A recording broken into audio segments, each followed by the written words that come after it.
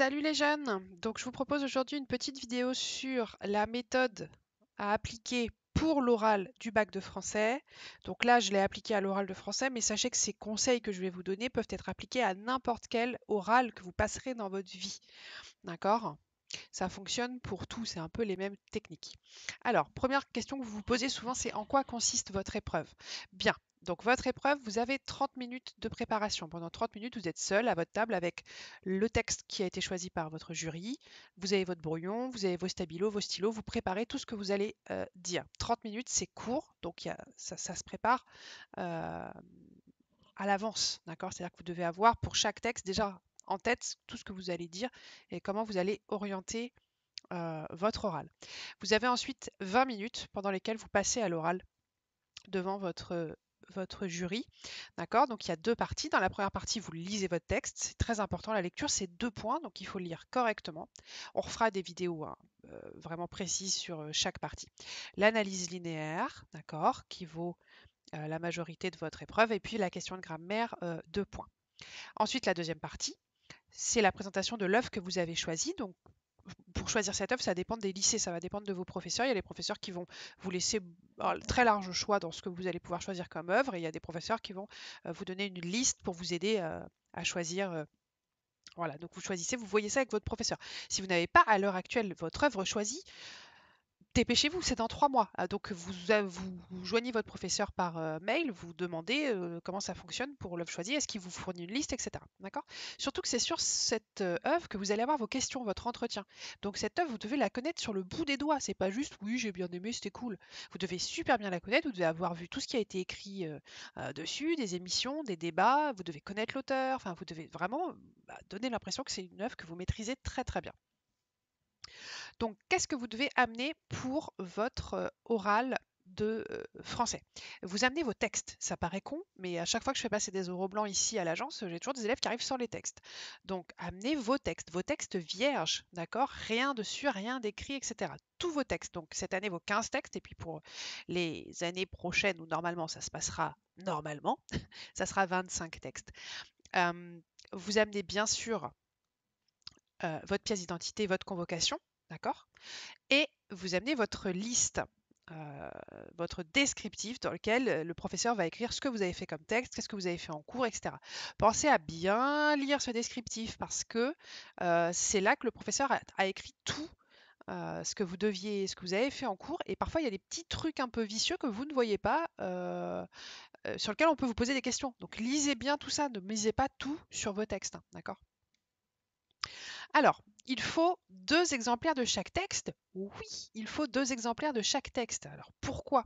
Parce qu'il vous en faut un pour vous, qui est le texte que vous avez devant vous, d'accord? Mais vous n'allez pas passer votre temps à le retourner et à le montrer au jury qui est en face de vous. Donc il en faut un pour le jury aussi. Donc pensez bien à avoir tous vos textes vierges en 2 exemplaires. C'est très important.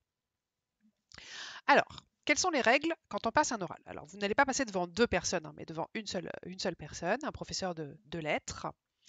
Donc, la règle numéro 1, toujours, toujours, toujours sourire et regarder le jury. Alors, toujours sourire, euh, attention, on fait un joli sourire et on ne fait pas un sourire crispé très bizarre en regardant la personne fixement.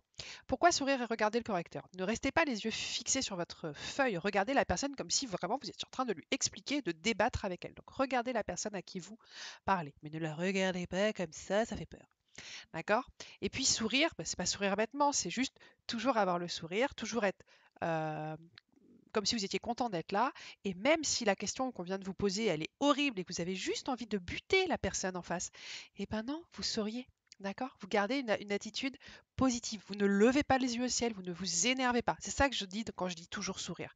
D'accord? C'est pas genre, on vous pose une question, genre, ah, t'es question de merde, quoi. Non, toujours sourire, même si la question est profondément vicieuse, on sourit, d'accord? Voilà. Règle numéro 2, bien sûr, il faut articuler et parler plus lentement. Pourquoi? Parce qu'avec le stress, on a tendance à parler beaucoup plus vite. Et du coup, prenez le temps de parler plus lentement. vous n'aurez pas l'air ridicule. Contrairement à ce que vous pensez, vous n'aurez pas du tout l'air ridicule en parlant plus lentement et en articulant. Au contraire, ça sera beaucoup mieux apprécié par votre jury. Donc pensez à ça. Avec le stress, on a tendance à défiler. Surtout pas. Parlez plus lentement, articulez. Règle numéro 3. Imaginez que la personne en face de vous n'est pas un prof de lettres. La personne en face de vous, c'est un extraterrestre. D'accord? Donc vous ne pouvez pas lui dire, je vais vous présenter la scène du balcon de Cyrano de Bergerac. Il va vous dire, ok, mais c'est quoi je viens d'arriver sur Terre. Je sais de quoi, c'est qui? C'est quoi Cyrano de Bergerac? C'est écrit. Ça date de quand? Ça a été écrit hier? Ça a été écrit il y a 200 ans? C'est quoi? C'est quoi la scène du balcon? C'est qui les personnages? Je connais pas, j'ai jamais lu. Parce que si vous partez du principe que c'est un prof de lettres en face de vous, vous allez faire des raccourcis. Parce que vous allez dire, bah oui, il connaît, je ne vais pas lui expliquer qui est Christian, qui est Cyrano, qui est Roxane. Alors que si vous pensez que vous avez un extraterrestre en face de vous, vous allez tout expliquer à chaque fois. Si vous avez présenté un texte de Molière, vous allez dire Molière, grand auteur français, XVIIe siècle, un des piliers de la littérature française. D'ailleurs, on dit parler la langue de Molière quand on parle du français. Voilà, vous dites ça, vous pensez, en face de vous, c'est un extraterrestre. Pensez à ça, je vous jure que vos explications seront parfaites. Si vous pensez à ça, c'est un extraterrestre. En face de moi, il ne sait pas. Il a juste appris le français dans le vaisseau spatial, il vient d'arriver, mais il connaît rien d'autre. D'accord? Pensez à bien expliquer tout ça. Vous verrez, ça donne des copies parfaites. C'est un conseil que ne l'appliquez pas juste pour l'oral, hein. Pour l'écrit, ça marche très bien aussi. Conseil numéro 4, ne pas hésiter à dire je ne sais pas. Souvent, quand vous ne savez pas, vous paniquez. Vous dites oh là là, je sais pas, ça y est, je vais avoir une mauvaise note. Vous descendez de 3 crans de votre chaise et vous paniquez. Mais non, faut absolument pas hésiter à dire je ne sais pas. C'est-à-dire qu'à un moment donné dans l'entretien, la personne vous pose des questions. Si vous savez répondre à tout, mes petits loups, j'ai envie de vous dire, vous êtes prof de lettres, quoi. C'est normal qu'à un moment donné, vous ne sachiez pas. Et puis, pensez aussi que la personne qui vous interroge, l'œuvre que vous lui proposez, ça va lui faire penser à quelque chose, elle va vous poser la question, mais si vous ne savez pas, c'est pas grave. C'est peut-être un truc qu'elle a fait avec vos élèves que vous n'avez pas fait. Ça ne veut pas dire que c'est pas bien. Donc, n'hésitez pas à dire tout simplement, écoutez, je préfère pas vous dire de bêtises, je ne sais pas, ou je ne m'en rappelle plus, ou voilà, dites. Alors, c'est sûr que si vous dites je ne sais pas, 10 questions d'affilée, oui, là, c'est compliqué, mais vraiment, ne stressez pas sur ça. N'hésitez pas à dire, excusez-moi, non, là, je peux pas vous dire, je ne sais pas, hein. Toujours en gardant le sourire.